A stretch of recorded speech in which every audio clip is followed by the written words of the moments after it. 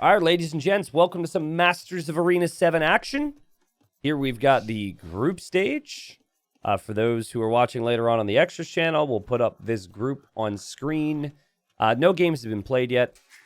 I didn't cover all the first week, or first week and a half, so there will be some spoilers on the groups when we show it. But I will be casting a lot of Masters Arena, and especially like the later stages, I'll be covering every single series. I want to get a lot of group stage action in, though. And it's a 9-villager start.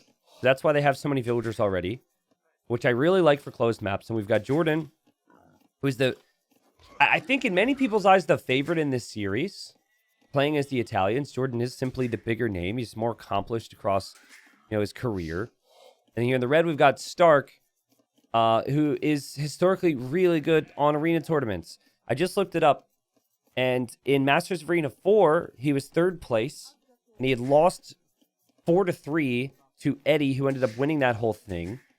And then in Masters Arena 5, he was 3rd place, losing to Viper, who I think ended up winning that whole tournament. So he didn't play Masters Arena 6. Obviously, there's like big time periods between these Masters of Arenas, as some of them were pre-definitive edition.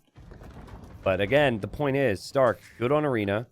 One of my favorite st4rk arena stories just came back to me. So it was 2018. So this must have been Masters of Arena. I think maybe someone could fact check this for me, just to make sure I'm remembering it. But I think it must have been Masters of Arena 4. If you look, he must have played Viper, or Vinchester played Viper, one or the other. But anyways, it's 2018. Myself and a bunch of age friends, Viper included in that, we're hanging out. We had a little meetup, right? And naturally, we have Arena up, or Masters of Arena up, because the tournament was ongoing, on one of the players' laptops. And back then, there was this Tower Rush meta, which st4rk had started, Vinchester perfected. And I remember Viper going, how do people die to this? How do people lose to this? It's so bad. And then a week later, Viper was home, and he lost a game, again, to either st4rk or Vinchester with that strategy. So anyways, I just thought that was kind of funny. The point is that st4rk's been able to be pretty creative and pretty strong on these maps. And he is he's not necessarily a closed map player. He's also been successful on more open map tournaments. I remember he beat MBL in Legacy of the Huns way back in the day. That would have maybe been 2016, 2017.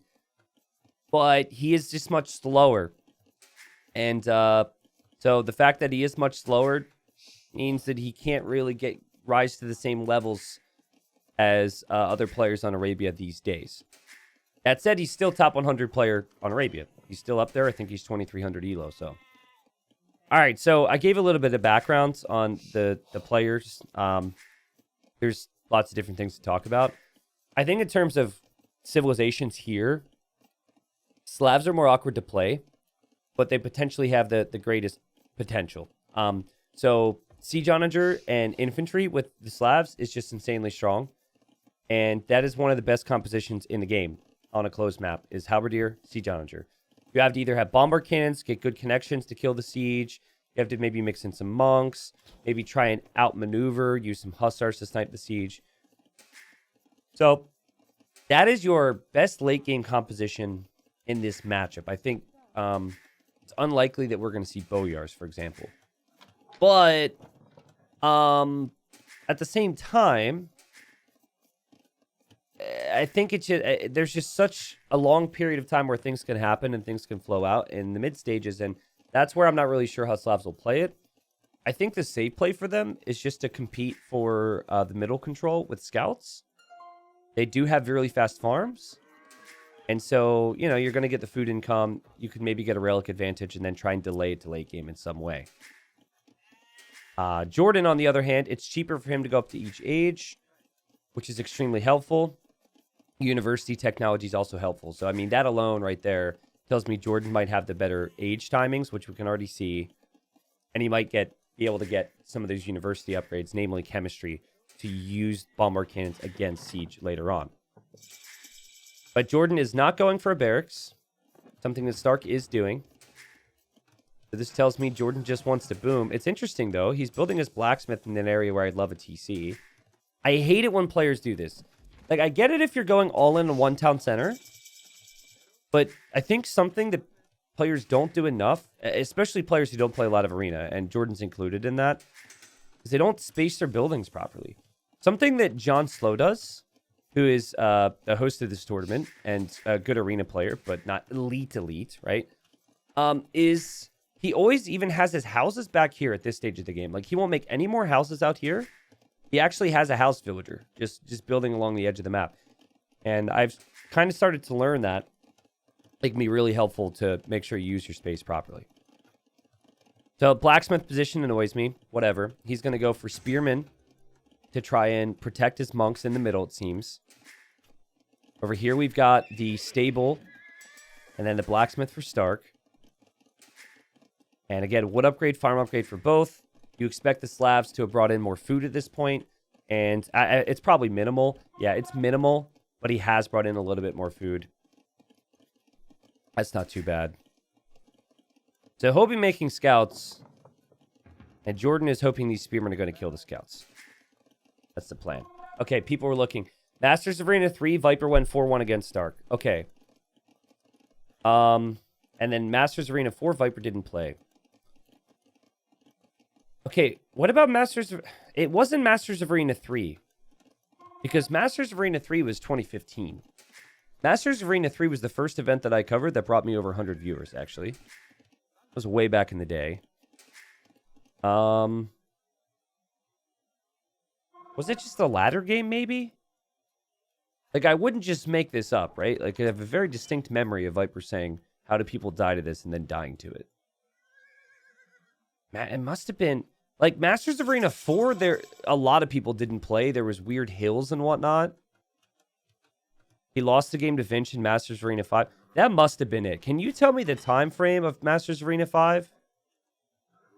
This is bothering me now. Anyways, the scouts are out. JorDan won't be surprised to see it. And let's see how this relic battle goes. I wonder if we'll see pikemen for JorDan. I feel like it's not worth the cost right now, but it is cheaper than it used to be. It was early 2018. Okay, well then that's exactly what it was. Yep, that's exactly what it was. Wouldn't surprise me if it was like Celts or something, right? Because there was this archer tower weird build that Winchester and st4rk were doing back then. I always build houses along the wall in Arena. Is that bad? I don't think it's bad because it doesn't really cramp your space too much. But I think doing this is better. You can see how st4rk's doing it. And you see where JorDan builds his houses? Space is absolutely at a premium on Arena. So just something to think about. Saying it's bad is maybe a little bit harsh. If you get pushed, obviously, though, it can have a compounding effect because you're losing population space as well as using your walls. I think the worst spot to build them is amongst your eco. You want them to be planned. And the nice thing about slabs is you do get military... You do get pop space from military buildings. So that's 10 pop right there. Every little bit helps. Oh, man. I was just going to get to... JorDan needs to get some excellent value from his scout here. And, well, he absolutely does. Remember, he's not making more scouts. He's not investing into light cav. He's investing into eco. The fact that he was able to kill that monk, excellent start for JorDan. Even that is sometimes unlikely because of the amount of light cav that are out here. And so I think JorDan will be happy with that. He'll be on 3 TCs. Second TC now coming up for st4rk. Now he's got insane eco, but he is going to be behind in villagers here. And there goes st4rk hoping to catch a monk. And JorDan starts to convert. Light cav not going to get converted that quickly. And JorDan just heals up his scout. Very good play from JorDan thus far. The big questions for JorDan is, how's he going to play Arena? And someone said, what is his play style? Well, I think in general... He tries to get by, and all the top players do this. He tries to get by with as little army as possible. You get maximum value from the least amount of army investment, and then opt for economy, which is going to take you to great places later on in the game. And thus far, that is pretty much what JorDan has done.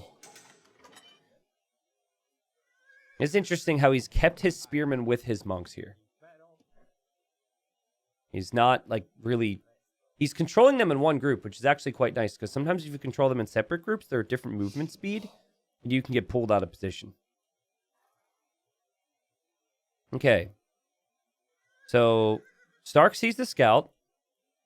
Stark, if he's looking, will know that that relic is gone. When it's picked up, you no longer see it in the fog. I don't think he's going to be overly concerned about that. I don't know why the game... Here, I'll just do this so the game stops correcting the speeds. And now Stark sees JorDan is there. JorDan now knows that relic is gone. JorDan is going to hope to kill that monk. He will likely lose that scout if he engages, though. Stark has done the right thing. Now, over here, we have a light cav. We'll see if Stark pays attention to that. Yeah, there's no way that... Oh, that's beautiful micro from Stark. And good micro from him here as well. He actually pulled this away at the same time. So he was blocking there. And also had a light cav here. So he's killed JorDan's monk. We'll see if this guy survives. He might want to delete this, actually. That's worth deleting. And yeah, he does delete it. Correct decision. Looks like it's going to be 2 relics apiece. And with no scout now for JorDan, I think it's going to be 3 relics for Stark. Because he should be able to bring this in. Stark, though, 3 TCs. 51 Vils. Man, is he playing clean. Like, I'm really jealous of how clean he's played everything. And how many farms he has. Even the farm upgrades in... He's actually dropping a 2nd monastery, which is a little surprising. JorDan also adding more spearmen and adding a stable now. Also very surprising. But sometimes investing into map control to take the middle of the map before imp is a really big deal. And you might want a forward castle here. I think I'd prefer to see the pikeman upgrade. You have 8 spears. Just go pikes and then go forward for the castle. It is tricky, though, because I think Stark is making monks because he knows that he can simply convert those spearmen. T90, what are the differences between this arena and the Titans League arena? I think they're further apart more consistently on this arena. Apart from that, it's minimal. But yeah, the Titans League arena could occasionally have some pretty close gens. But there's nothing major that I'm really noticing. This is pretty much standard arena, and the TTL arena we chose is... The idea was it to be around standard as well, so... Wow, I think this is an excellent read from Stark. Like, Stark thinks that the fast imp is going to hurt him. So what he doesn't want is he doesn't want to give up map control, right? And he correctly recognizes the situation that JorDan doesn't have scouts. So if he adds more monks... He could simply just take control of this. And look at JorDan. Again, JorDan's thinking about timings. JorDan wants that castle on the front. He feels like this army could maybe be enough. I don't like the scout addition. 1 scout? Like, sure, maybe 3 scouts. Maybe light cav. Then that could be good. But this is going to be disastrous for JorDan. And now he has to change his game plan. And this might not even go up.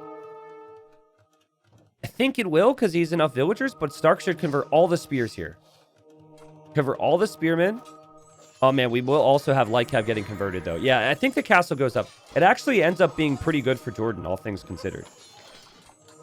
Because he's going to have light cav now to kill a couple monks. He doesn't really need his monks anymore. Still has spearmen. And so execution maybe wasn't perfect there from Stark.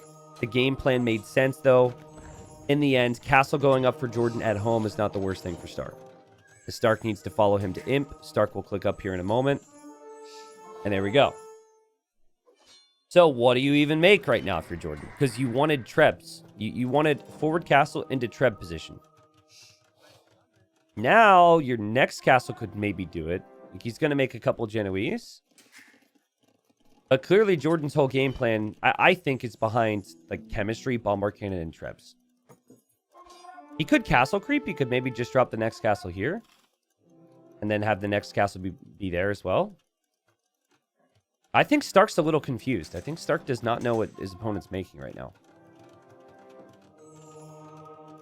And normally what you would look for here is you would look for units, which he's not really seeing big commitment to. And then from there you look for upgrades. So you could look at the castle and see it doesn't have fletching. So that would tell you your opponent's not going for Genoese crossbowmen here. The Genoese crossbowmen do hop out now. You can tell Stark was surprised because he was doing something else. And Stark probably hung around here a little too long.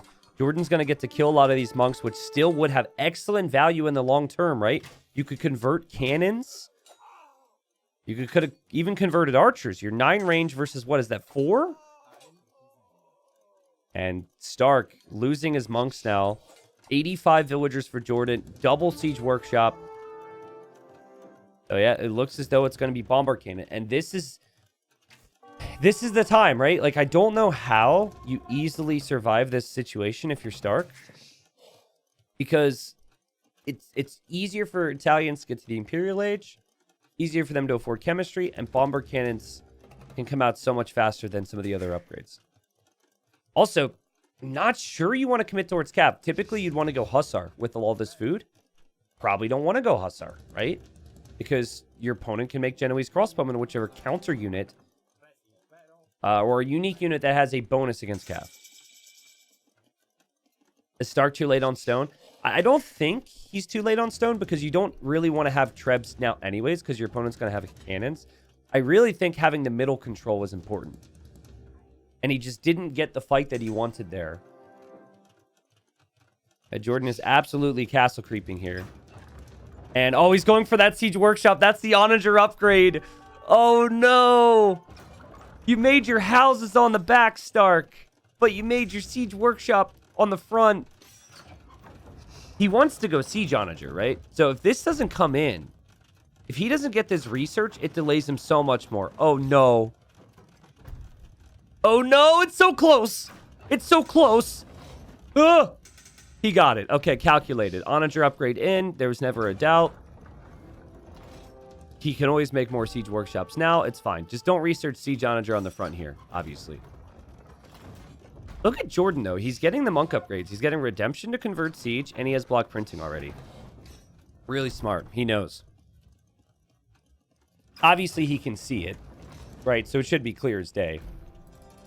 But there's some level of game sense to it as well. And I like the patience from JorDan to not have, like, really tried to rush too much. And look at all the neutral stone and gold he's been able to mine here. And monk exposed. st4rk going to run away. st4rk might want to consider moving the relics to the back of his base. st4rk wants to go champ. So I think Slavs get... Well, no. I know that Slavs get supplies for free. And they also now get Gambesons for free. So that's the new upgrade that came out a couple months ago. It adds extra pierce armor. So you get +1 pierce armor to your infantry units. So in theory, there's no better civilization to try and switch into champ 2 at this stage. You have better food eco than majority of civs. You then have supplies for free, which means your units are a bit cheaper, and then Gambesons is free as well. That's Scout. He's a trooper. So, you know, champions in. Now st4rk's going to be massing the units. He does have full armor as well. JorDan, though, he's just got so little pressure on him right now. He's going to drop another castle back here.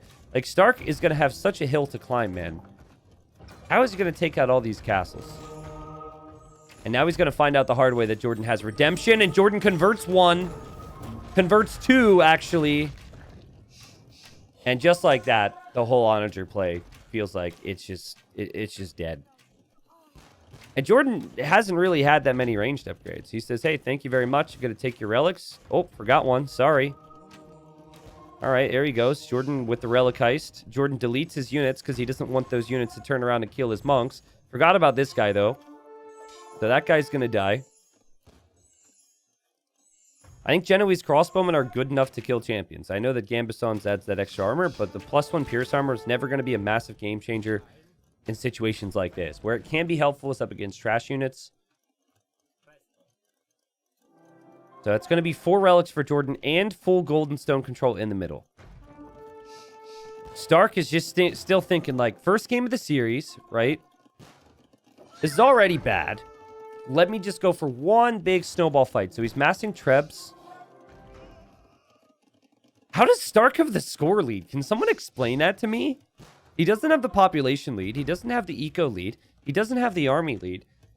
I guess resources collected has been kind of nice. I'm going to assume technologies, but it's not like JorDan hasn't researched a lot of technologies.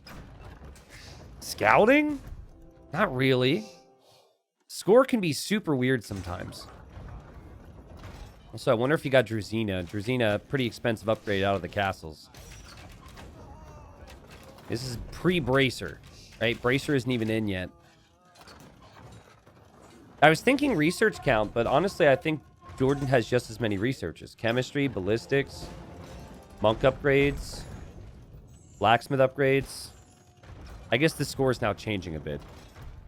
Look at JorDan. JorDan's expecting a massive siege ram push. He doesn't really know what's happening back here. And he's starting to drop gates in front of his castles. This is really smart. Also getting masonry. He doesn't want to go in for the push. Something I think JorDan should consider is stables. Or more stables. So he could go for hussars. Italians do have that. Full upgrades on it. And I think having that to snipe siege could be really helpful. Stark notices this. Not real happy about it, I'm sure.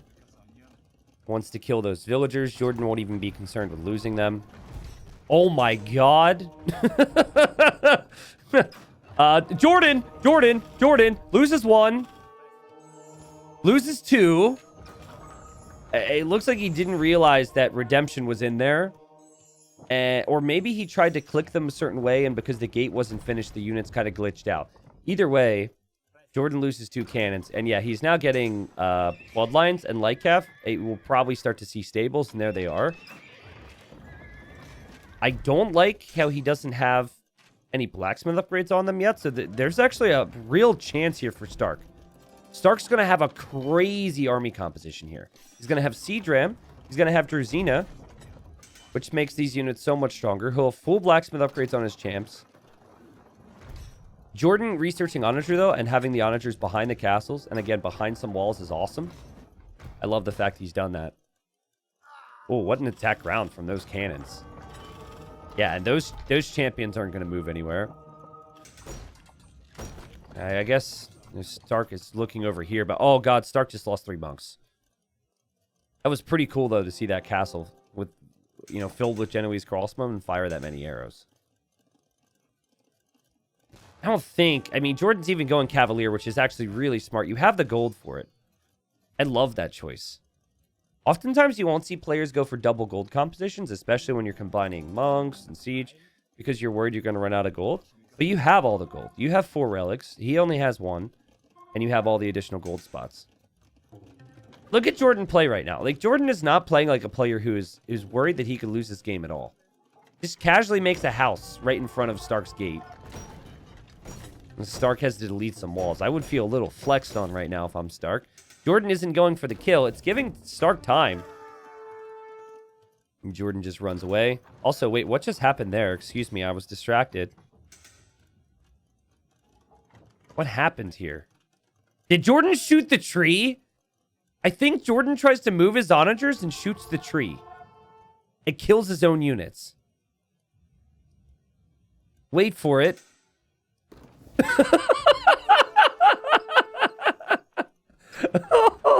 Pro player, by the way.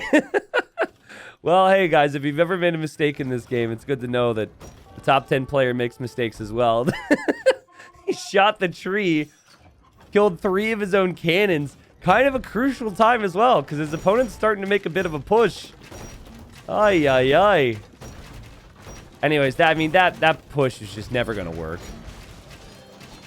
Over here, this is sneaky. JorDan might not notice this. It's kind of interesting. And then the main push here from Stark. So kind of a 3-pronged attack. JorDan didn't expect all these trebs. Well played from Stark here, guys. He's going to have to pack up his trebs and back away, but the fact that he was able to take out the most important castle because he distracted on the sides was huge. Elite Genoese crossbowman just now completing, by the way. And yeah, I mean, this castle has almost been taken down, but it will not go down yet. Oh my god, big engagements here. Conversions needed for Stark here. If he converts these onagers, goodbye Genoese crossbowman. You can tell he's trying. JorDan still doesn't have light cap for some reason. I guess it's because he decided to go for Cavalier. And the monks, they're just still following the onagers. Conversion comes in. But that's a lot of Cavalier. That's a lot of Genoese. And to me, it feels as though this composition should be better for JorDan. Again, big thing. Genoese crossbow, but they don't have any bonuses against the infantry. But they're still doing 6+4 damage. The Cavaliers still do lots of damage. And, I mean, Stark is out here on his own with these trebs. Those trebs are just free pickings. And he doesn't have long-term gold income. The great job from JorDan. Great decision-making to have the Cavalier. And he just has so many ranged units. And yeah, this is all desperation here from st4rk. We knew it was going to be one big attempt. He still tried over here, too. JorDan even defended from that. And JorDan won't even lose this castle. The siege is taking out Trebs. He's repairing. He's got tons of stone. Continuing with Genoese and Cavalier towards the middle, and the GG's called. It was a pretty good game overall. I love Arena, right? And casting Arena at the highest level, there's so many things to talk about and break down. We don't get highlights like JorDan onaging his own bomber cannons on Arabian. But occasionally, you got to look at a matchup and say, that moment of the game was needed for this civilization or for this player. And in this case, I really think it was prior to Imp. I guess my timings are all screwed up because this is a 9-villager start. But yeah, like, st4rk had the right idea. st4rk thought, JorDan's going to go for a castle timing. I have monks to convert the spears, and then I have the light cap for everything else. In theory, like on paper, he's got 6 monks right now, and he's got 7 light cap. JorDan has 8 spears and 4 monks. So if st4rk just pulls the light cap back and converts 6 spearmen, then his light cav are able to kill the monks. The castle never even goes up outside of JorDan's walls. Instead, it was very awkward, very difficult to micro in that moment. Monks are obviously hard to control. And JorDan was able to settle for a castle, which I think was, in the end, fine. And he just used all his crazy options with the Italians against Slavs. So GG. I do still really like how st4rk tried to like poke and prod on the sides before he pushed middle. That was really smart there. That gave him his best opportunity, but wasn't enough. Did actually collect more res, which is wild. But that's Slav food eco for you. And obviously JorDan was going to be better off long-term there. All right, game number 2. Things didn't go so well for st4rk in the first game. Again, 9-villager start here in Masters of Arena 7. st4rk has gone for the Ethiopians, which is a very early selection for him. So he's definitely putting a lot of hopes on getting a victory here. And a later pick for JorDan is his choice here for game 2. So JorDan will probably be fairly happy if he were to lose this one. He probably is picking a civilization he's not completely comfortable with. st4rk, obviously, if he loses this one, he's gone for an early pick against the late pick, and he would then be down 2 games in a best of 5. So it wouldn't be so good. st4rk needs this one. And I like the matchup. Someone said bad matchup for Ethiopians. I disagree. I think Koreans are better at matching up against Ethiopians than some civilizations out there, for sure. But I consider this game to be a timing thing. And these days, Arena is dominated by bombard cannons. Ethiopians have these superior bombard cannons, if Torsen Engines is researched. And also, like, you kind of know what Koreans are going to go for. Koreans don't have good cav. So I think Halb Siege could be really strong from both of them. Now, obviously, we're talking long-term. A relic position seemed to be pretty nice for st4rk. He's got 3 closer to him. Whereas for JorDan, it's 2, and he's got to work a little bit more for it. Map could be better for both in some ways.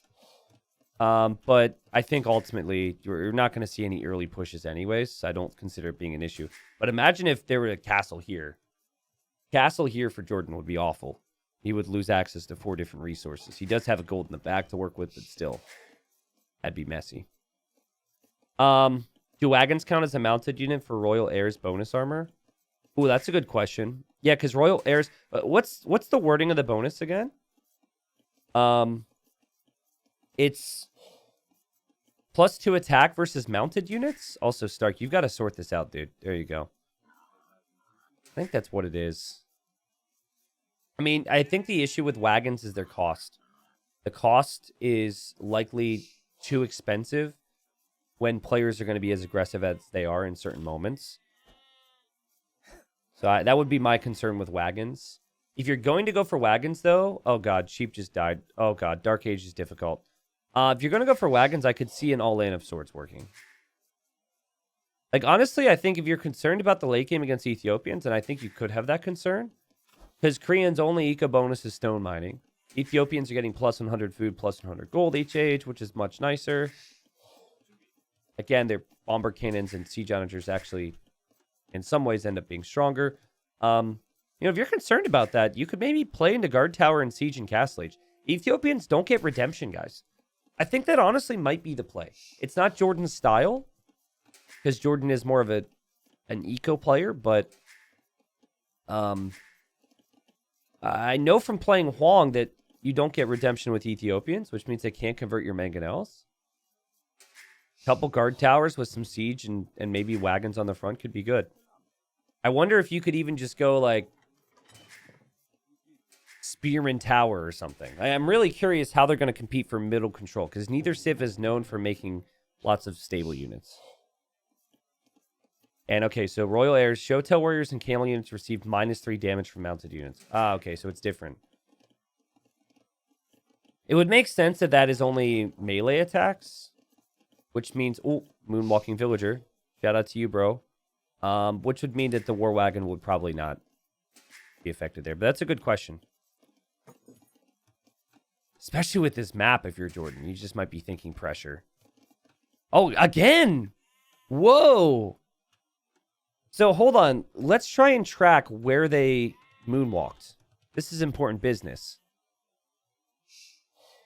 Okay, where does it start? I wish I had an area to mark it. Almost like they do on sports shows sometimes. Okay, so here we go. Here we have a villager. He's going to work, but he's happy about it. He's pumped. No one else gets to work on gold, but he does. Okay, stopping point here. You can't even say, like, pay attention to something important. Nothing else is happening. Start point here. Okay, here. All right, you ready? Let's see if it's the same for the other villager. Looks the same. Yo, what's up with the map? Is it the map that causes it? Is it the path the villager has to take? I don't know. But I've never seen two people go back-to-back moonwalk like that. Well played to them. And I guess I should catch up to live time now. Again, you can kind of do some fun builds with the plus 100 food and plus 100 gold you get with Ethiopians. Notice Stark, he only sent one villager to gold because he didn't need more than that. Scouts are engaging in the middle. JorDan's currently losing that fight, and he's going to head home.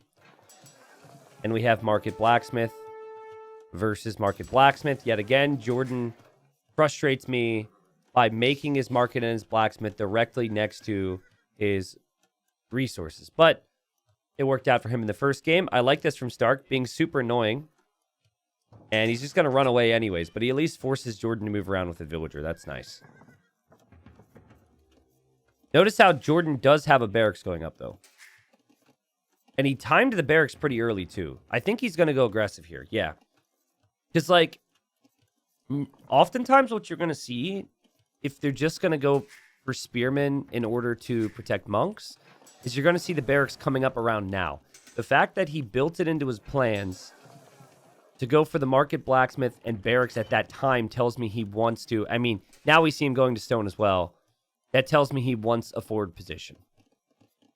And it could be interesting because Stark is going to go full boom here. Stark might not even make a monastery. Or if he does make a monastery, which I think would make sense. You know, it's not going to be heavy investment. Stark's resources are going to be insane. So here come villagers. And JorDan... you know, it's going to take some time to get rolling here. He kind of has the right idea. It almost looks like it could be a castle drop, too. So, to talk about JorDan's building placement again, as I stated in the first game, I'm fine with it if you are going aggressive, right? Because you're not going to have an expansive economy anyway, so that's fine. This is really smart from Stark. So he's going to TC the stone. And that's really good in situations where you'll think he'll get pressured. Basically, if you're not under any type of pressure, Stark's going to see the villagers now. If you're not under any type of pressure, you just pull the villagers off of stone to do something else, like farm.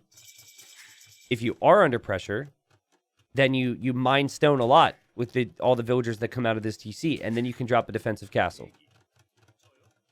Again, this is not necessarily something that JorDan does a lot, He wants to go siege tower. I think on paper it makes sense.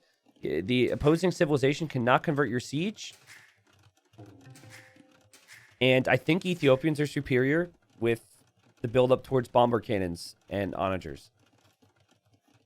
It's a little sad because Koreans are kind of always known for their siege, but present day Age of Empires, just not the case. Here's interesting. If we could have like a scale of strength of siege civilizations, I wonder how good the civilizations, like, okay, so you have never, you know what, I'm gonna shut up. I'm gonna shut up because I can't even put my thoughts in order right now. So, all right, Scout, I like this being healed up. JorDan doesn't have a monk. Remember, JorDan's Scout had more HP before. And, oh, Stark looks away because he's distracted. And he's actually expanding some walls here, which is kind of interesting. But see how heavy he is on stone right now. JorDan needs to commit. And he started to attack the gate and thought, well, that gate has more HP. I don't want to do that anymore. But that's a waste of time. That's a waste of a couple hits. Behind this, JorDan's going to try and get the relics. What's his long-term plan here? Is it going to be a castle? It feels like a castle on Stark's face would be awesome. Stark doesn't have siege yet. JorDan's still one town center. And Stark, he has wasted no time mining this stone. Like, a lot of players are going to go with like 7 or 8, and they really just are patient with it. No, man. He's gone crazy here. He's going to get Loom, and he'll drop a castle. Sometimes you kind of want to know what JorDan's plan is before you drop the castle. I mean, this is dangerous. That house is going to go down. JorDan's going to run in with his vills. You need that castle now. And you need it in front of your TC, or at least some additional siege. This is a really risky game to be playing right now if you're Stark. Let's see. Okay, dropping a few more buildings. Obviously, that house is going to go down right away. Stark, my friend. You've got the stone. He's going to drop it there! Ah! But now if he drops it, I mean, if you were to try and drop it here, it might be denied. So it's just the timing from JorDan working out. And JorDan will be so happy with this, man. Because you see this castle, and then you just drop a castle here right between 2 town centers. Oh, my God. Ay, ay, ay, ay, ay, ay, ay. It feels like Stark might have maybe missed a step here. He might be able to deny it with Shotel warriors. They produce pretty quickly. I think it's actually worth a shot. Feels weird. Like, if he had his own siege, maybe this could work. And, oh, God, what's happening? Oh, why is it speeding up? What's happening? Oh, God. The villagers are coming. This is a spoiler. The Shotels are here, and the castle gets denied. Okay. Well, Shotels work. Hey, in hindsight, I probably shouldn't have still had the fast forward on because there's a mandatory spec delay for this tourney. And when the game ends, it just speeds through the spec delay. I'm sorry about that. This castle did not go up. JorDan, it looked like he had the position he would have wanted, but he didn't wall in his vills. He tried to in the last moment, but as critical as I was of maybe Stark for allowing him to get in here, maybe it was a bait, right? And certainly, though, like, JorDan knew that Stark had a castle. So he had the knowledge that Shotels would be possible. There was no siege, there was no range from Stark, and still this castle ends up getting denied. And the reason JorDan resigned to the person that just asked is because he's now behind by 20 villagers. This castle's denied. He doesn't have the economy. He thought, like, maybe I can try and, play another 20 minutes. But I do think he's just going to be completely smashed here. You need this castle to go down. That was your whole build-up. Investing into the economy now, you're going to have half the economy, and they're going to push you an imp. So that's maybe JorDan not being as suited towards that type of play. His resources collected were actually pretty decent, but again, total eco count would have been a big issue for him. Stark would have killed another villager here. So then it's 50 versus 32. And Stark has 3 town centers to produce more villagers. JorDan doesn't even have his up yet.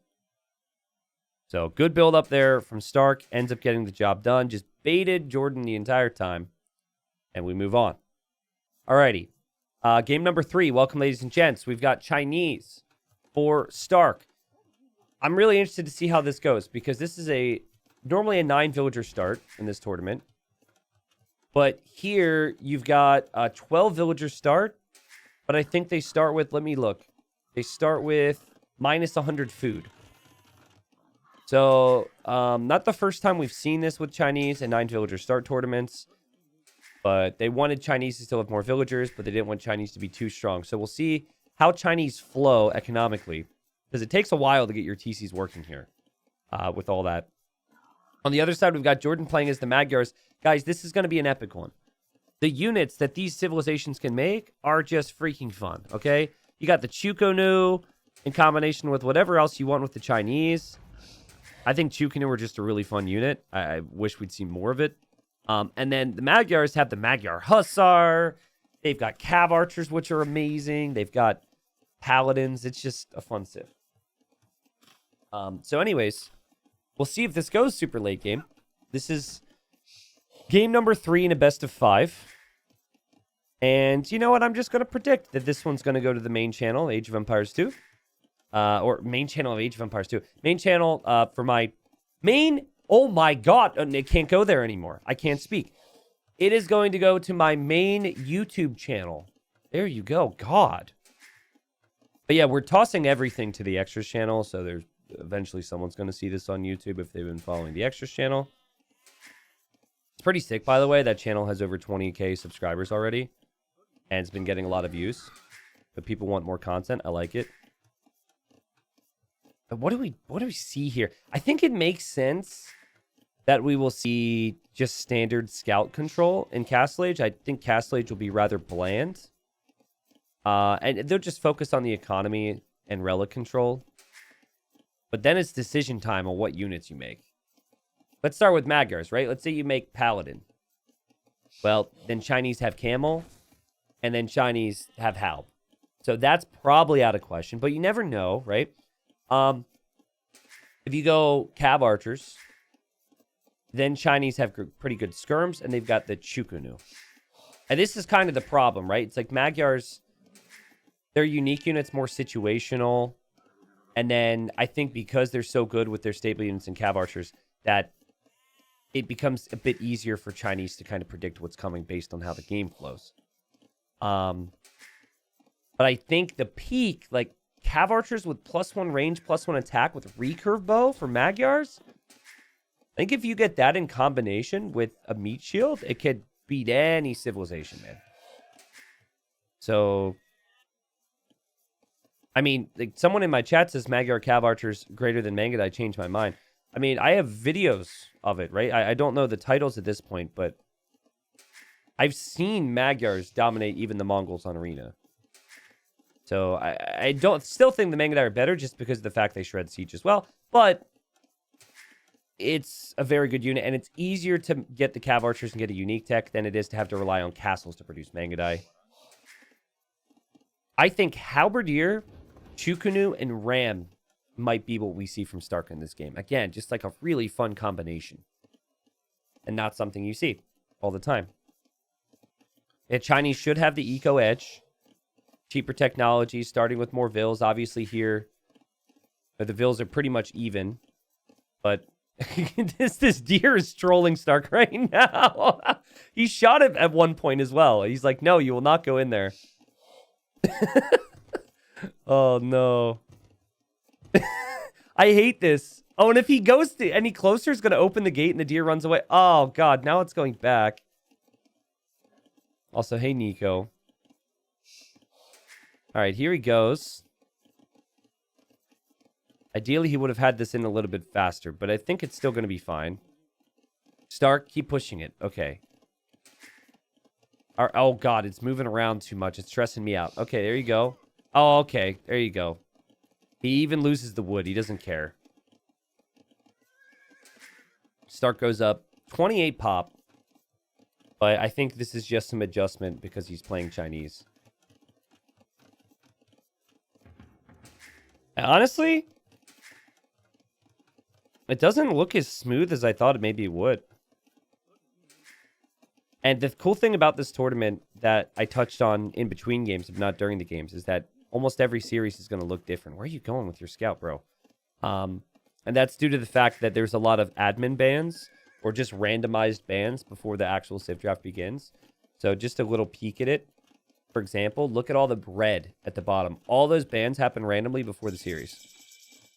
So every series features different Civ combinations.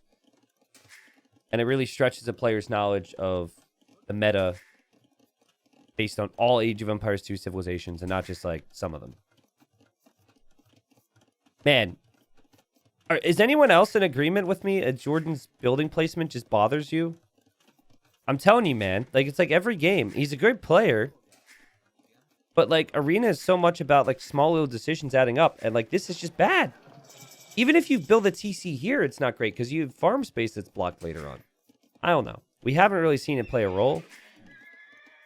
But there's not much else for me to talk about. So it just bothers me.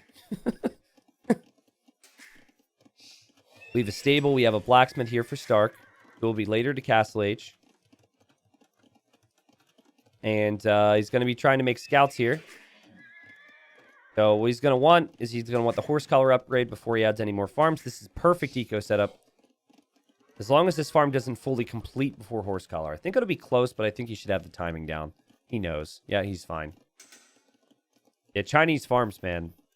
Lots of food on them. 277 food on those farms. Now, I don't think Stark seeded too many farms. It felt perfect for me. He's still going to have plenty of food income. He needs to ideally make more army than the Magyars, and the Magyars have cheaper scouts. So you're really going to need that food eco.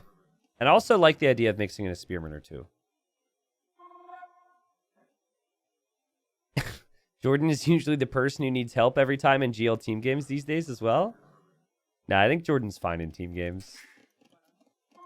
I think JorDan is too kind to stick up for himself. And even if JorDan tries to like troll back or trash talk back to his teammates, he's not a real big trash talker, you know? Like, you know, there's people who try and trash talk, but you could tell that it just doesn't suit them. That's kind of JorDan. And sometimes bad things can happen in team games. Like yesterday, I was at 30 population in a team game in Imp. Don't ask me how he ended up still winning that game, but it just happens to the best of us. I think JorDan's fine. He's a great player. It's just the market. It freaking bothers me. Like, you should not be... Look how random the buildings are. It just... Like, look at Stark. Spacing. Yes. Makes it easy on yourself for later. He doesn't do this random house all over the place, market up against the woodline crap that JorDan's doing. And now I'm talking about it. It's bothering me more.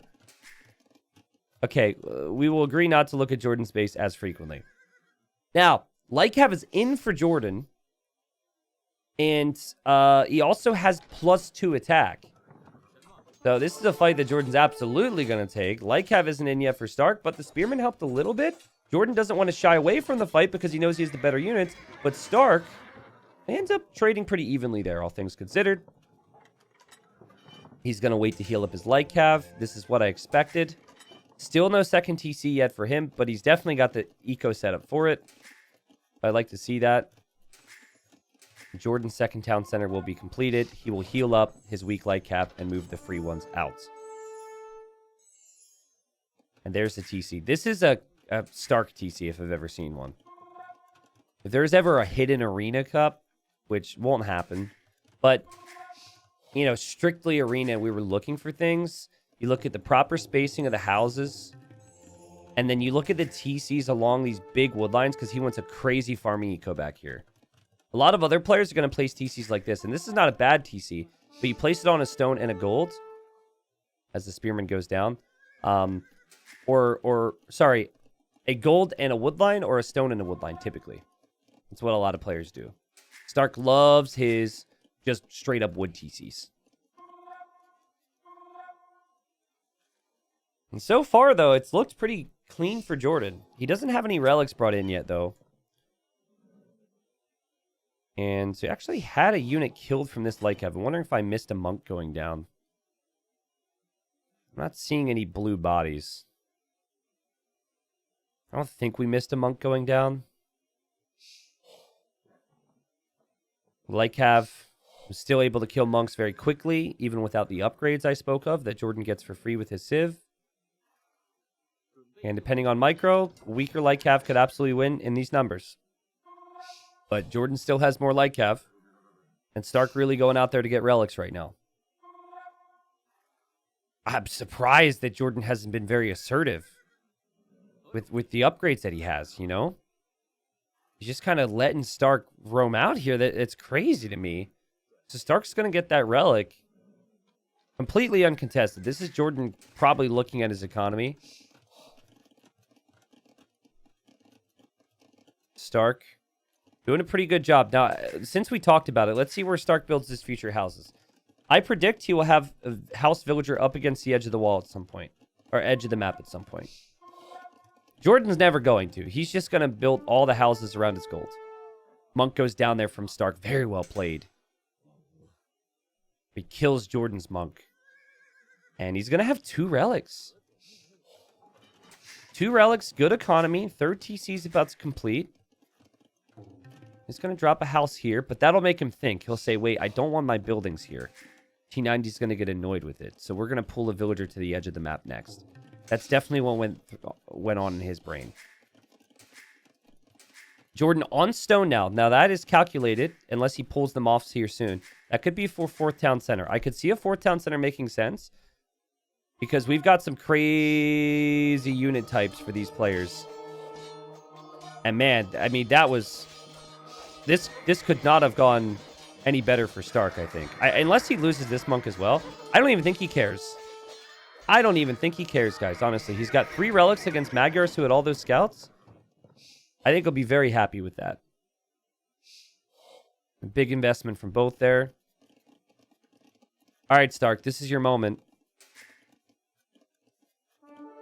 I think JorDan should have maybe gotten 3. At the end of the day, 3-2 is pretty close, though. Oh, there's one villager. Okay, there's one house there, so he probably sent his idols back to work. I can't help myself. I just got to talk about these things. What upgrade? Farm upgrade for JorDan. Now we'll have the stone for the 4th TC. Where does he place it? Does he go for it? Or is he just building up towards a castle? 4th TC makes sense to me. And he places it right there on that gold. st4rk now going to stone with a purpose, and this is not for this is not going to be for another town center. There are the houses, by the way. I think he wants to go Chukunu, Halb, Siege. And I think it's a good composition. Typically what you want is you want a castle here, and then you build up army and castle here, and build up army, castle here. You like kind of slowly push out across the map. Similar to how JorDan played in game 1. But I love the 4th town center in this case because the cav archers and the paladins and whatever else and all the techs, it can be quite expensive for the Magyars. And again, you're up against a better economic civ who's saving on, these researches. And also more food on their farms. Like, there's just so many bonuses going against you economically. Adding additional eco makes sense. I swear to God, though, his buildings stress me out. I'm going to text JorDan after this series and say, your building placement on arenas stresses me out. And mine's not even that good. And his isn't even that bad either. I think it's just because I'm just in some sort of mood right now. So my apologies, guys. Barracks right now for st4rk. And I don't know if he got the stone mining upgrade, but he definitely needs to pick up the pace. Okay, there it is. Stone mining upgrade. It feels like the natural play here to get your castles up.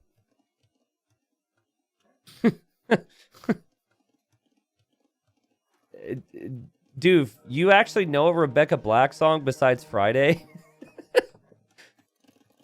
Does she have some other popular ones as well?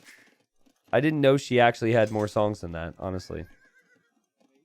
I hope... What if she's watching, guys? What if she's a big fan of the channel? Like, well, I didn't know you had any videos beyond Force Nothing, you nerd. Like, would she get upset by that?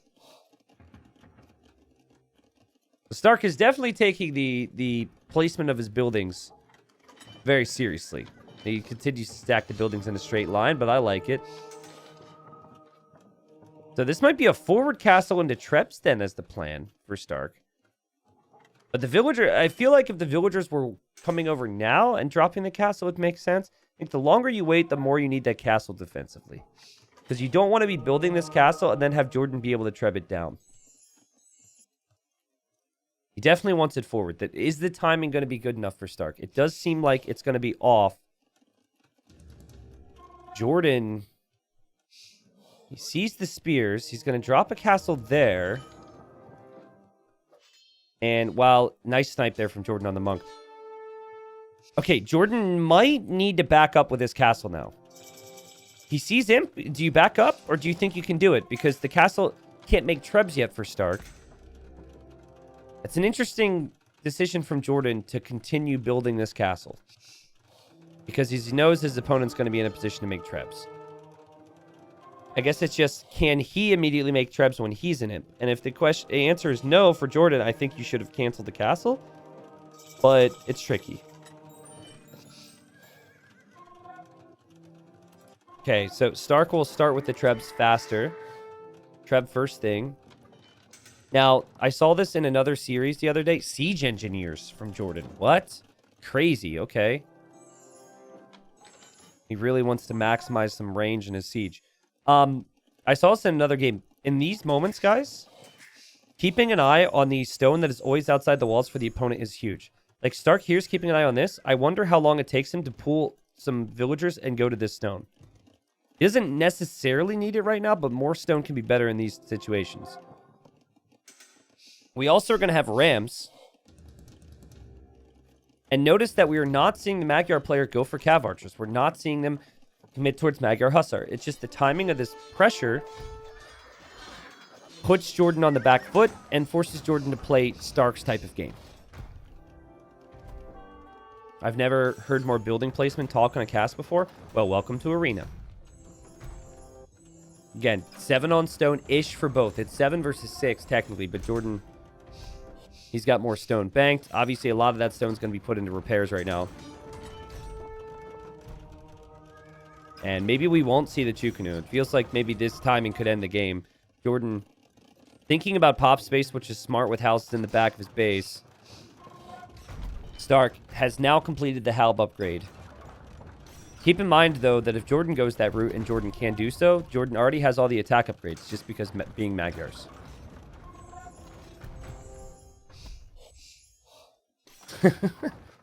Why don't they start mining outside the wall and keep the inside mines for later?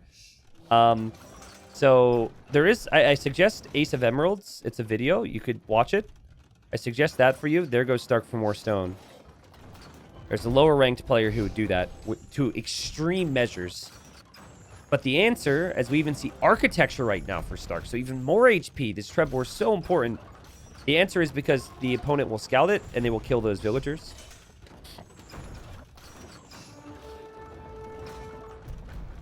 So you don't want to, and also the walking time. So players are going to figure that out and abuse it pretty quickly. Stop you from having any success with that.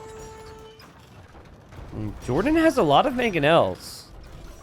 Right now, it looks like he's winning this Treb war. He's just committed more villagers to repairing. He's got 19. And Stark realizes now that his castle is going to go down.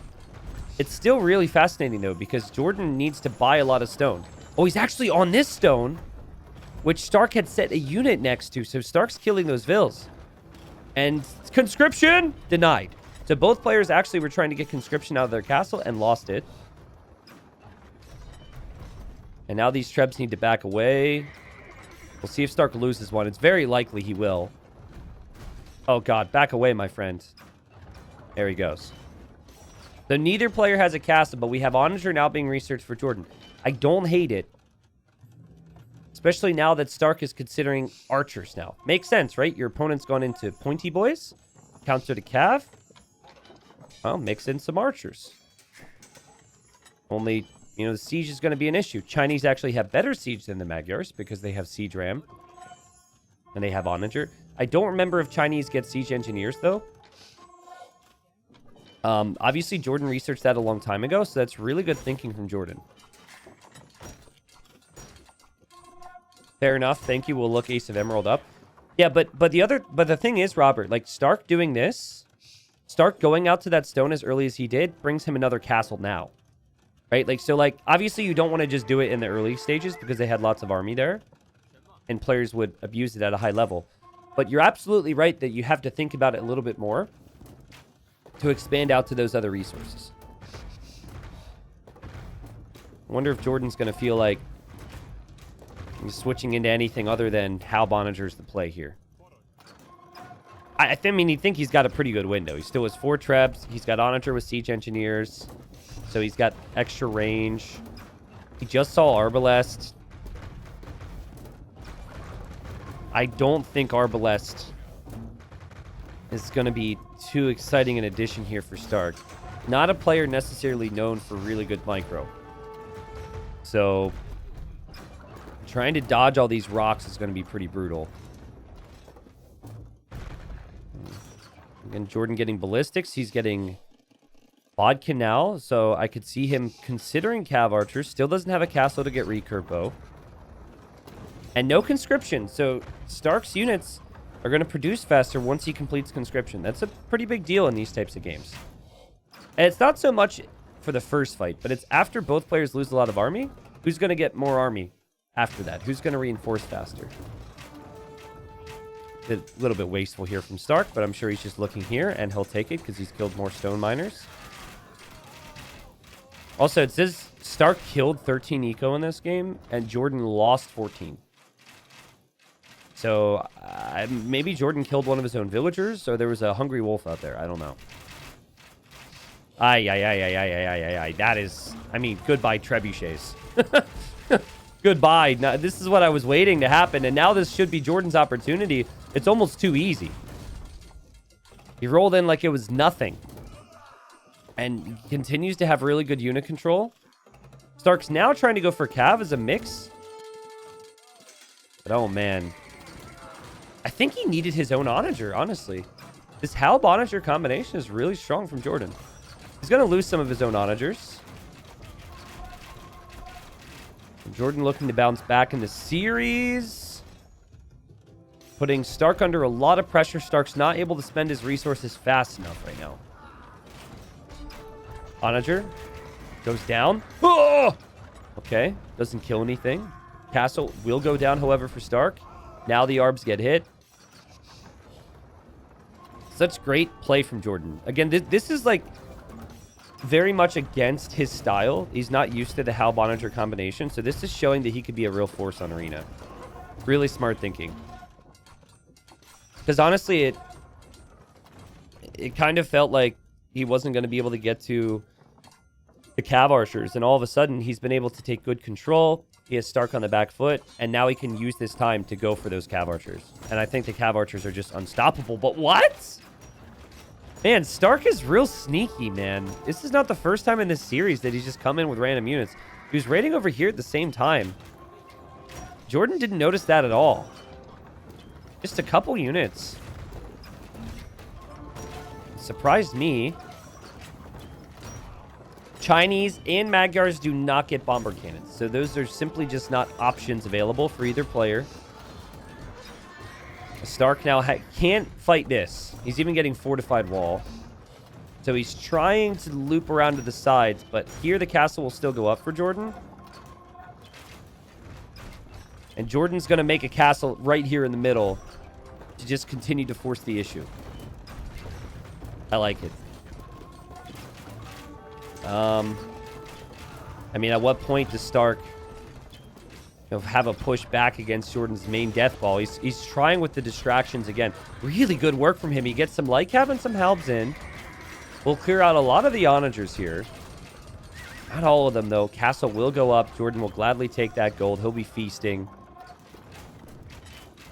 JorDan's going to use monks versus the Arbs here. I mean, I guess that's something. And JorDan getting conscription in the forward castle. Stark, though, going to make trebs from within his walls. He's banked up a lot of gold. He's still expanding with some buildings. He can't really raid here, though, so all this production is cut off. And then there's this, which is still something, but JorDan just needs an onager there, and that gets dealt with. JorDan getting Corvinian Army now, which means the Magyar Hussar, his unique unit's cheaper. It doesn't cost gold, so it's like, what, 10 gold cheaper, I guess? Because I think they only cost 10 gold. And Elite Magyar Hussar is just hype. I think it might be the coolest looking unit in the game, though some people would dispute that. And he's going to get Elite Magyar Hussar. Would still love to see the recurve burrow upgrade. Would still love to see Cav Archer's mass, but he just doesn't have the buildings yet. And actually what he can do is he can use the Magyar Hussar. If he could break through here, Stark's done a good job the wall behind. He could actually run in there and snipe those Trebs. And obviously he hasn't had a real raiding unit. So some Magyar Hussars here, for example, would do a great deal of damage. And JorDan... Good attack rounds there on the light cav. JorDan's made it look easy, but it's not easy to control onagers and halbs. It's very easy to kill your own units. So he's done a pretty good job. Stark obviously still getting some good snipes, though. And Stark is going to take this castle. I don't think JorDan can do anything about it.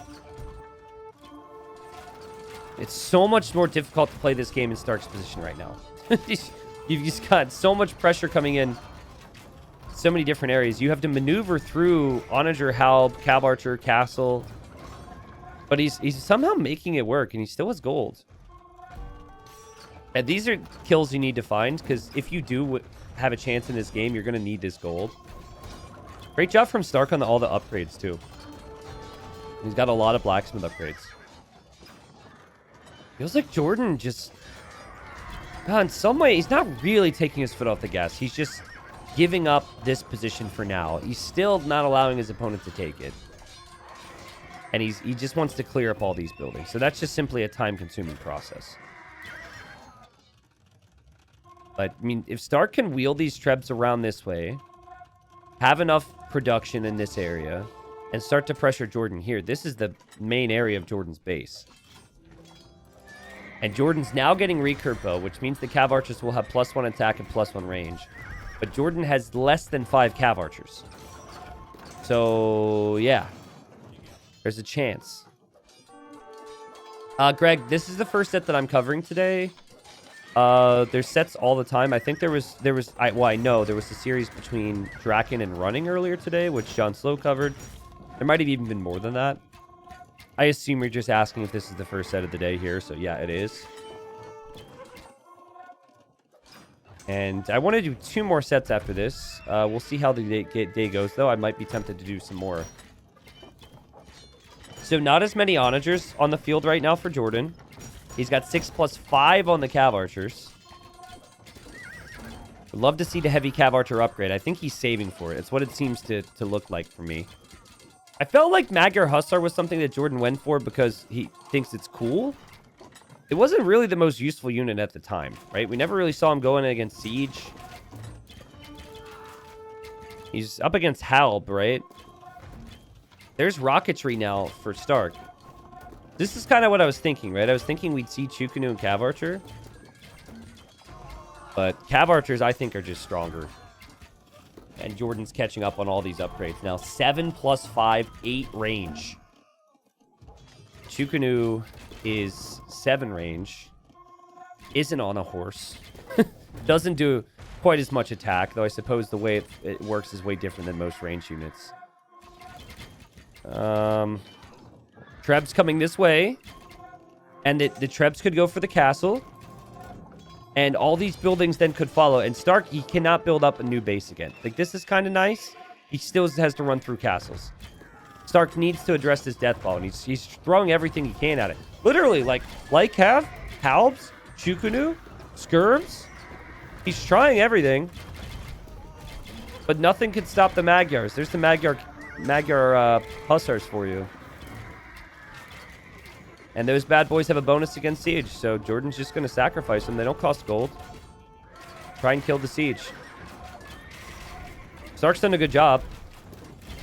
But he's done a good job at maintaining his position, and it's like I like to say, Stark is currently treading water, but he will still drown in this scenario. There's no way that I could see him surviving.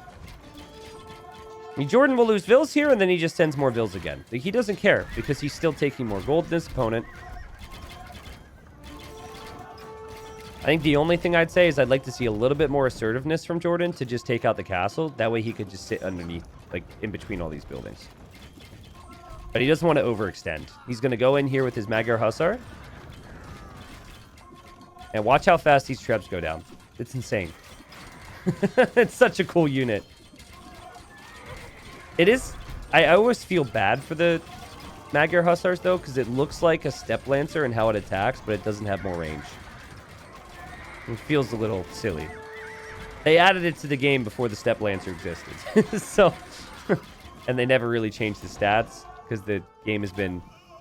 or the unit, I guess, has always been pretty good. st4rk's pop is high. It's higher than JorDan's. Again, impressive. Trying to get raids in where he can. He's finding avenues for attack. If ever a comeback was possible, it would be through finding these types of raids. st4rk is a fighter here, man. But he's just going to get smashed. And he is getting smashed, and he's going to lose his castle, and he has limited gold control. And he could fight for a while longer, I'm sure. But he's just going to be tossing units into the meat grinder at this point. So st4rk's plan was to have the faster imp. And remember when we talked about the castle timing? If he would have had his castle up immediately and immediately made Trebs, he would have had a pretty good window on JorDan. But he just didn't have imp and a castle. He got imp, and then he built the castle. I think the rest of this game flows a lot differently if JorDan loses his castle and st4rk still stands in the middle. It gives st4rk lots of cool opportunities. GG? T90 wouldn't be a very good lifeguard. Yeah, that's true. You know, you're treading water, but you're still going to drown. See ya. Yeah, well played. Back and forth series thus far. JorDan played very smooth. I really like how he went Halb, Onager, and delayed some of those expensive techs for so long.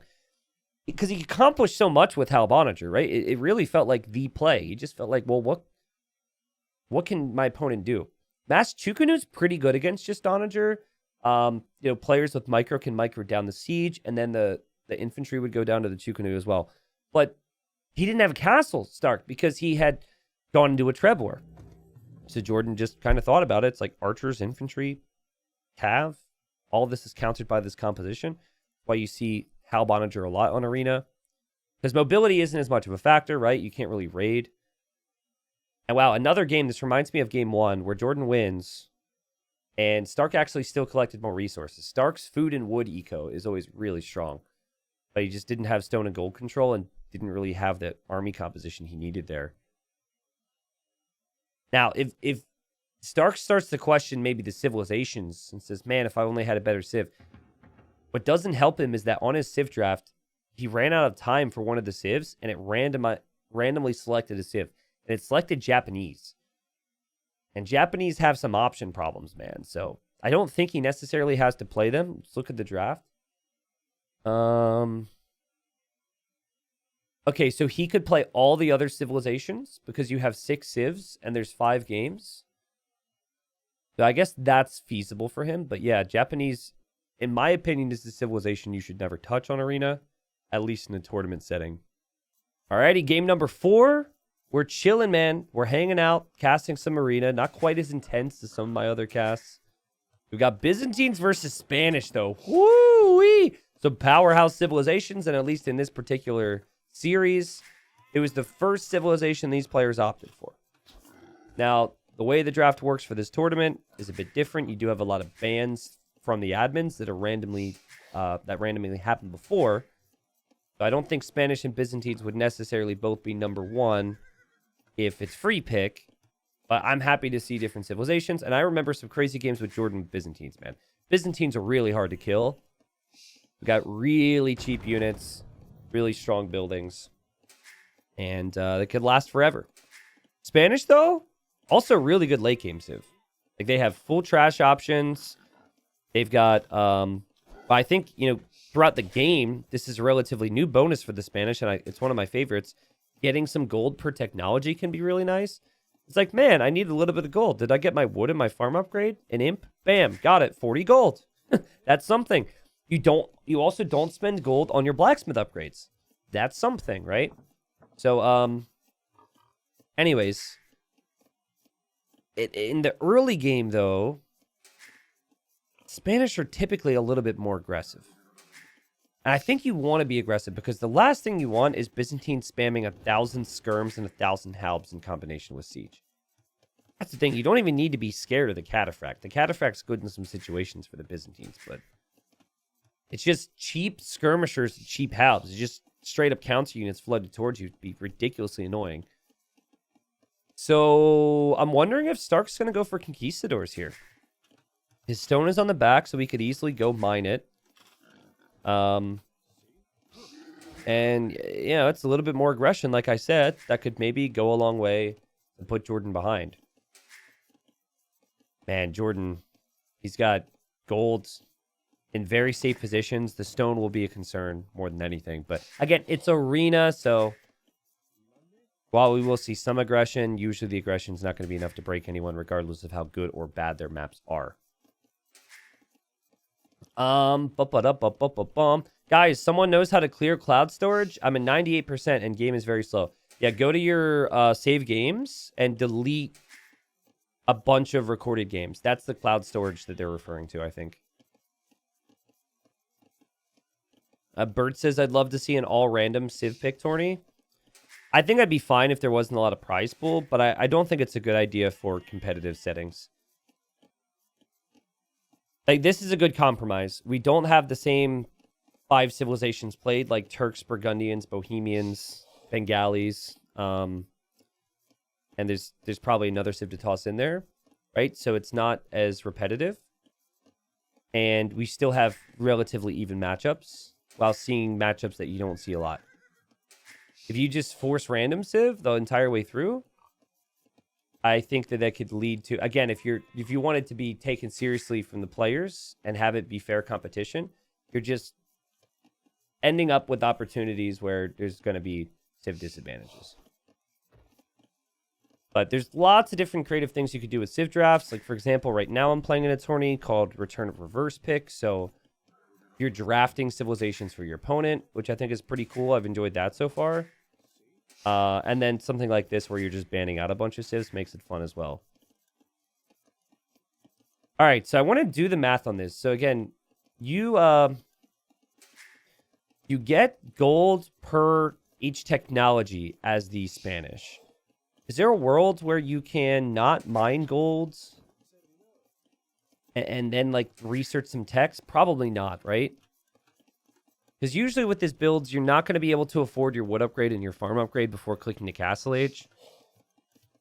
So yeah, Stark's just going to go to gold, but he's also on stone. And I don't know if it'll work, but I think this is the correct call. Because we've seen middle map control be so crucial to JorDan's victories. And Byzantines are just going to be able to afford so much more. JorDan's going to stone? Huh? What? Is he expecting a castle drop and he's going to go defensive castle into fast imp or something? Whoa, dude. I mean, there is another option. He could be going to stone in order to drop a ton of town centers because it's 100 stone per town center. I don't know. I kind of doubt that. This is a little bit unprofessional. Please don't judge me.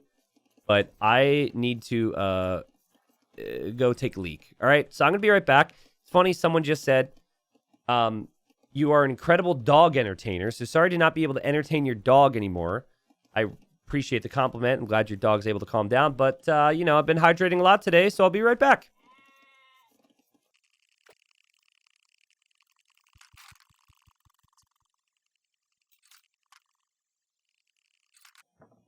All right, sorry to interrupt JorDan's scouting, but I've returned. So, as I took my break, I was thinking about this, and it really feels like JorDan just kind of knows what's happening. And Stark's going to send some vills forward here in a second, and he's going to drop the castle on the front.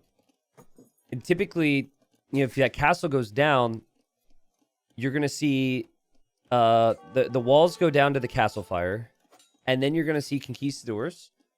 And the Conquistadors are going to run into your base. They're going to kill everything. So what JorDan wants to accomplish here is pretty smart. He wants to simply drop a castle behind it. And it is cheaper for his civilization to go up to the Imperial Age. JorDan sees the vills now. So he's probably like, okay, I'm happy that I decided to do this because I'm going to need some defense. But, you know, you could have some potential problems too, because the Conks can always run by your castle fire. Let's see where st4rk builds this. Plus Spanish build faster. I wonder if st4rk is going to see that JorDan's on stone. I think he will. Not that you would change your strat at all. I don't know. Dude, do not castle over here. You castle here, man. Where are you going?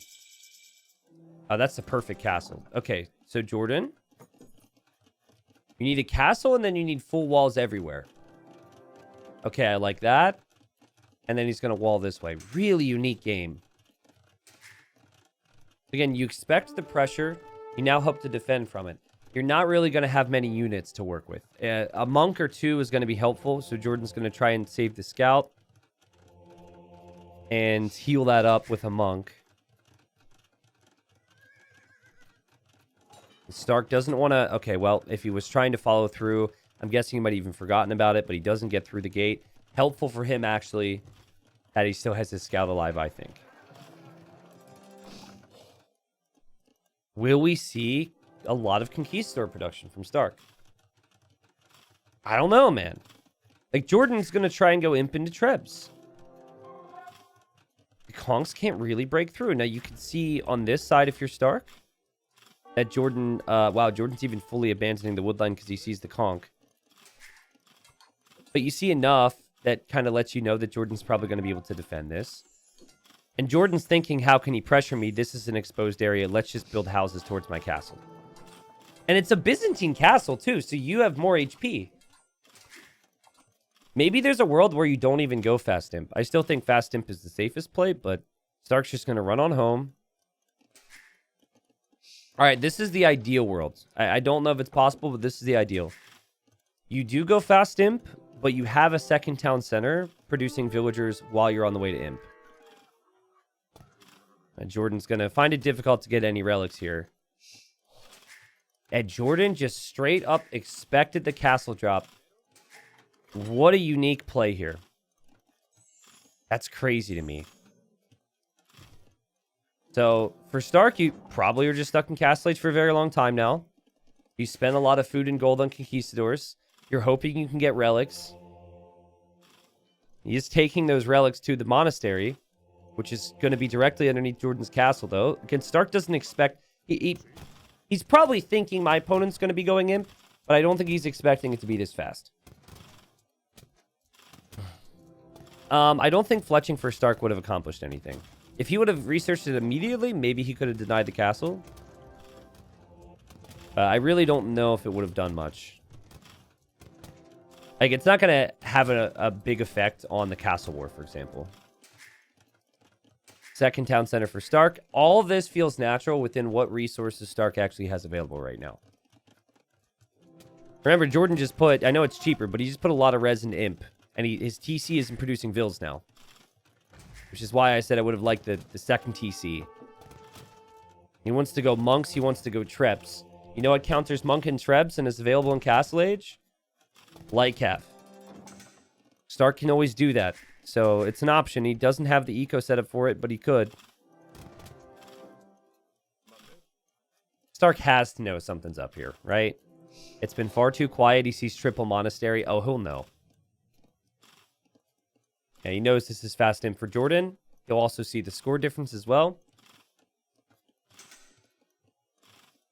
He just researched Atonement. So he can convert JorDan's monks. He's trying to catch JorDan off guard. But JorDan will have block printing available. And will have more range on his monks. But JorDan might not expect... As the conks kind of loop in here. And somehow JorDan hasn't lost a villager yet. It's possible that JorDan won't expect that upgrade. I love this game so far. I love how it's flowed. I'm excited. I'm also wondering if st4rk is going to take the relics home. You're going to lose your castle. Also, there's the houses. He's like, I need pop space. I'm going to lose pop space once my castle goes down. I think you get your monks over here and you take these relics home, right?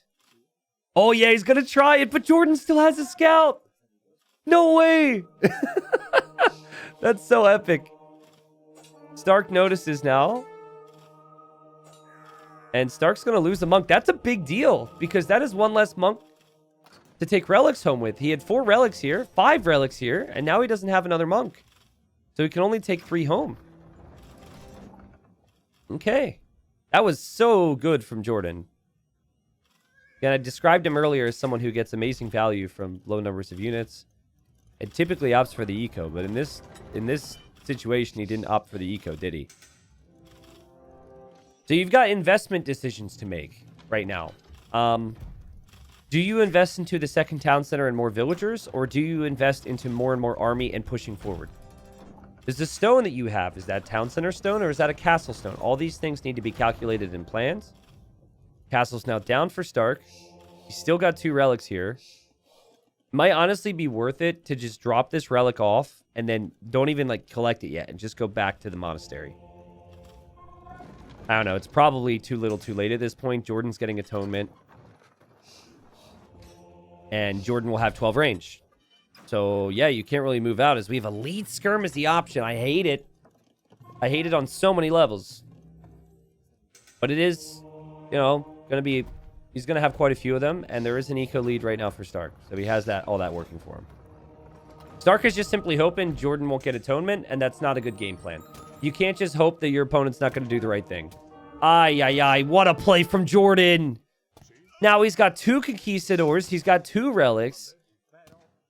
And he already has 2 wins. And it's about to be 3 because that conch is down now as well. Oof. I'm a boomer, but I would still love to see the second TC for JorDan. It does take away from your potential push, but I think it makes sense. Heresy! Stark is spending 1,000 gold on heresy. Sheesh. So now his units can't be converted anymore. But they'll just die. I mean, he needs something, right? He needs to engage against this. He needs to stop the Trebs from taking out all his buildings. So I get it. JorDan, the clown, the monk master, he did scout the archery ranges with those Trebs. So he's like, oh, okay, so he's invested a lot of army into this. And now he's dropping town centers. Yeah, I think, like... I think it makes sense regardless, but him seeing the investment from Stark tells him, all right, well, I can maybe cool a little bit with the push because he's really hoping to catch me off guard here. And the thing about Castellate Skirms is, like, 1 or 2 mangonels, even just 1 mangonel puts a stop to it. That's right. So, yeah, JorDan sees it. Love the Byzantine vision. Love how he saw the ranges and backed away. He's played so good. And now Stark's like, well, crap. Now I've got another problem. Now I've invested into skirms. And now I could just get smashed in the face. Also, JorDan was able to run through here and scout around. JorDan has played really good today. I don't see a reason why you shouldn't engage here with this mangonel. It's Castle Age.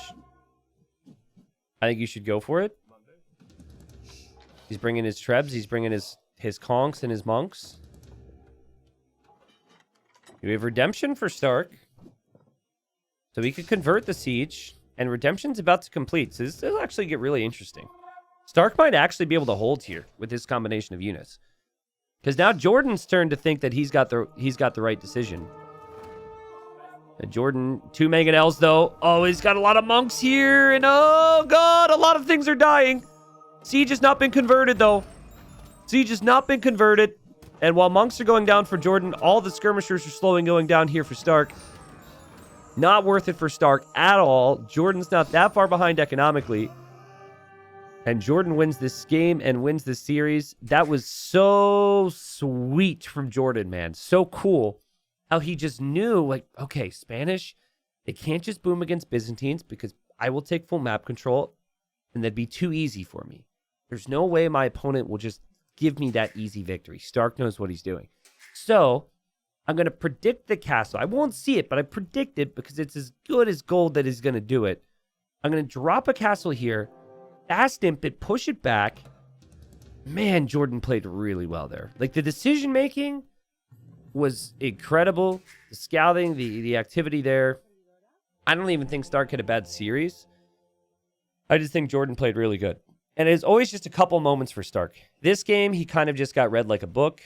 But, I mean, game 1, for example, I think could have gone st4rk's way had he had a better fight in Castle Age. The Chinese, the Magyars game, which I think was the game prior to this, same story there. Except maybe not a better fight in Castle Age, maybe just a better fight in Imp and better timing. st4rk will go to the losers bracket now. He will play the loser of Repart and Dark, or not Dark, Doubt, which is actually happening later today, and I think I'm going to be casting that. And obviously, JorDan will then play in the winner's match in this group against the winner of Doubt and Repart, which currently everyone's thinking it's going to be Doubt. I think Repart is underrated, and I think Repart could actually beat Doubt. I think Doubt's my favorite, but Repart did beat Daniel 3-1 in the qualifier, for example, and Daniel's a big talent. So, we'll see. What's the number? I'm trying to do math here. This sucks. 31 kills in that game, so it wasn't really that crazy. st4rk did collect more resources, but obviously he's going to lose everything to this push pretty soon. This is going to hit the extras channel, so those of you watching on the not so secret, but, you know, special exclusive extras channel, thank you for watching. And soaking in more tourney action. And there's going to be plenty more on the extras channel as well, because Masters of Arena, I'm going to be casting lots of sets. Main channel gets the best individual games, and then this gets the full sets. So, GG's.